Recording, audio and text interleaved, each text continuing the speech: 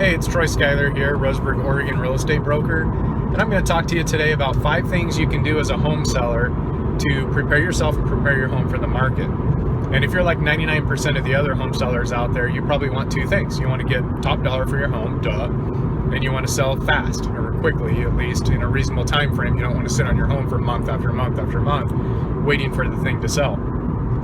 And over the years, I've kind of come up with some simple tips that you can do, focusing on price, curb appeal, staging your home inside and out, and some other tips too that you may not be thinking of, like offering to pay for some buyer incentives, having your home inspections done prior to even getting an offer on the house. And then last of all is obviously hiring a listing broker, because not all brokers are listing brokers. So number 1, let's talk about price. You'll hear a lot about setting a competitive listing price. A lot of agents will come out and they'll talk to you and say, well, we need to compete with the other listings. Well, being competitive isn't really good enough. I mean, you can go to Amazon and you can look at, 10 different sellers of the same product, and they can all be competitive, and one doesn't really stand out over the other, does it? But it's the one that might be $2 under the price, or they might offer you a 5-year warranty on that product, that ends up getting the sale, right? Because it's not being competitive, it's being compelling. It compels you to choose them over the other ads. And so I'm not talking about underpricing your home. You don't want to leave money on the table, but you also don't want to overprice your home. The fact is, it's rarely the highest priced home in the neighborhood or on the street that nets the seller the most money at close of escrow. So just because you want $200,000 for your house in a $180,000 neighborhood, if you list your home at $195,000, it doesn't mean you're going to net $10,000, $15,000 more than the average home is selling for in your neighborhood. In fact, you might end up being like a lot of home sellers that make that mistake and end up having to reduce because their listing goes stale on the market, and you end up reducing below what you could have sold your home for 30 days, 60 days ago, if you would have just set the right listing price right off the bat. So it's very important to do that. And one way I like to suggest for home sellers to do that is to get a list of properties, the competition in your neighborhood. And we do have to focus on competition, so we know how many homes are on the market in your neighborhood, and how you stack up against the competition, but set a compelling listing price. So for your home, for your neighborhood, to compel them to choose your home over the others. So one way you can do that is to, like I said, call a listing broker, or call any real estate broker, get a list of properties. You could almost go on, any website nowadays, Zillow, Trulia, RoseburgHomesForSale.com is my website, and you can pull a list of properties in your neighborhood, drive by those homes, and see how they stack up against yours, or how you stack up against them. Be critical, be hard on yourself, put yourself in the buyer's shoes, because I guarantee you, buyers are looking for a reason to say no to every house. It's a process of elimination. A buying decision is an emotional decision. Buyers are emotional, and you want to appeal to that when you're trying to sell your house. Number 2 is curb appeal. You can do this again when you're driving by these homes that are on the market in your neighborhood. How is the curb appeal on those homes, and how is the curb appeal on your house? Do you have to put in the front yard? Is it dead? Do you have a bunch of weeds? Should you maybe mow the yard and trim the hedges, trim the bushes, prune back the trees, pull back some of that vegetation from the side of the house, that kind of stuff, put some fresh flowers in the flower beds, painting the shutters, touch up the eaves if you have peeling paint, get the moss off the roof and clean the gutters, that kind of stuff to make it look good from the outside. Here's the thing. You can't sell somebody on the inside of your house if you can't get them to walk up to the front door. So again, that emotional decision, people are going to make an instant snap decision when they drive by your house. Am I going to go in this house, or is it off the list? That first 30 days is so important on the market, because you're going to get a bulk of your showings that first 30 days. So you really don't want to blow that first 30 days on the market. Okay. Hopefully that makes sense to you. So make it look good from the outside. Then you want to move on the inside. Once you get the buyer through the door, what are they going to look at?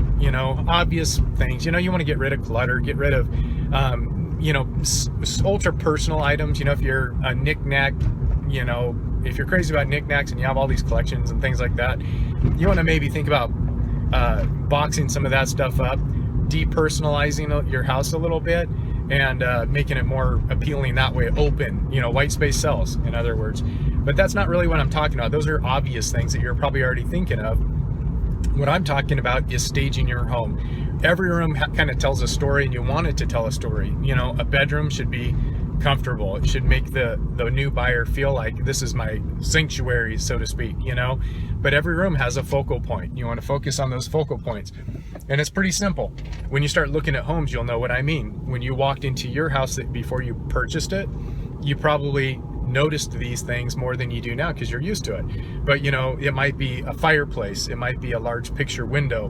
Where do your eyes go when you walk into a room? It might be a dining room table, or a couple cool chairs with a reading table in a nook, or it could even be a kid's game set up in the bedroom, or a puzzle board, or something like that. But there's always a focal point in the room, and you kind of want to play to that. That's called staging. You want to stage your home around the focal points. Do you need an accent wall? Is that is it a boring room? You might be able to spruce it up by paying attention to that kind of stuff. Here's one that you probably didn't think about, but I can almost guarantee that every home buyer that comes and makes an offer on your house is going to ask for at least some of the buyer's closing costs and prepaids to be paid. It's almost a given nowadays that they're going to be asking for between 2 and 3% of the purchase price to be paid at close of escrow. That means they're asking the seller to pay up to 2 to 3% of the purchase price to pay their loan fees and their cost to get the loan. Why not think about price and think about what you're offering and offer to pay those things up front, so the buyer doesn't even have to ask for it?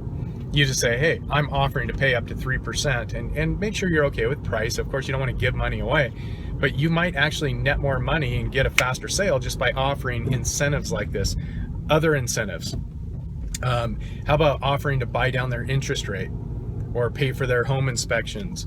You might want to offer to pay for any lender required repairs right off the bat. That gives them peace of mind.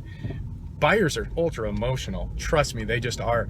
You don't want to deal with buyers that get an inspection report and they're like, oh my gosh, there's 101 different things.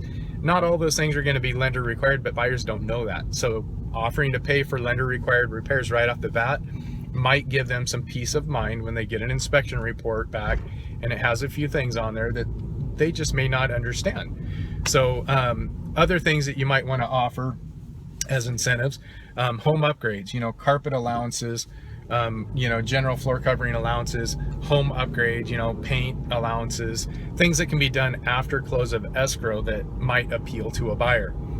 Maybe, on an off note, offer to pay for the first year's high-speed internet. That might be just an off-the-wall different thing to offer.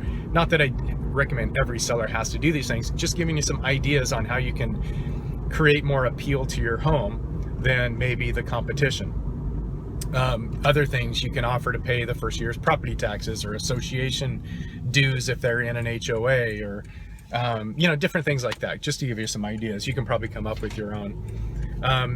The number 4, I always suggest that home sellers have their own home inspection done. Like I said, home buyers are emotional. When they go to buy a house, it's an emotional decision.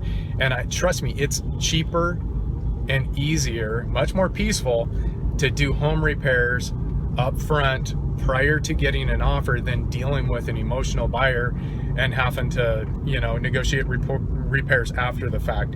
So, for, $150, have a pest and dry rot inspection done. See if anything comes up on it. You want to have a whole house inspection done? It's $350. It's not like it's going to break the bank, but at least then you know what's going to be on the report. You can kind of start planning out those repairs and tackle those things before a buyer even comes through the house. And then you can tell them, hey, we have a clear pest and dry rot report. We have a clear whole house inspection report. Here you go. Repairs are all done. And then you can show them it's turnkey. That builds confidence and it's going to give you a better chance of getting a fast sale and a higher offer just because those things are already done. The last thing, don't go alone. Don't go for sale by owner. I'll give you a couple statistics here that I thought were pretty interesting for 2015. You want to hire an aggressive listing broker You don't have to hire me. I'd like you to, but you don't have to hire me. Hire a listing broker though, because not all real estate agents are listing agents. And before you hire anybody, you want to make sure that they can show you how they're going to market your property. You know, do they have a documented marketing plan, or are they just winging it? Like most agents, honestly, they have no marketing plan. They throw it in MLS and that's about all they do. And I'm not dogging on anybody, but they don't have a documented marketing plan. Here's my plan. Here's what I'm going to do. Interesting facts about for sale by owner. People that want to go it alone. I understand that you want top dollar for your house and you don't want to pay the commission and all that kind of stuff. I get that. You know, I mean, I want to save money any way I can too. But did you know that for sale by owner homes only account for 8%, according to NAR 2015 statistics? 8% of all real estate sales did not involve a real estate agent. Those aren't really high odds that you're going to sell on your own. Most for sale by owners, in fact, end up hiring a real estate agent. Another interesting fact from 2015 was, it's a national statistic, not just Oregon here, but for sale by owner homes netted the seller $39,000 less on average than listed properties did. So that's a pretty significant price drop that you'd be eating right off the bat. Not that every home is going to be $39,000 less. Some get lucky and some do a great job. But on average, there aren't very many that successfully sell on their own, and they usually net less money than they would even paying a commission when you're listed. So anyway, hope that makes you think. 5 simple tips, 5 things you can do to try to net yourself a little bit more money at close of escrow and get a faster sale. Have a great day.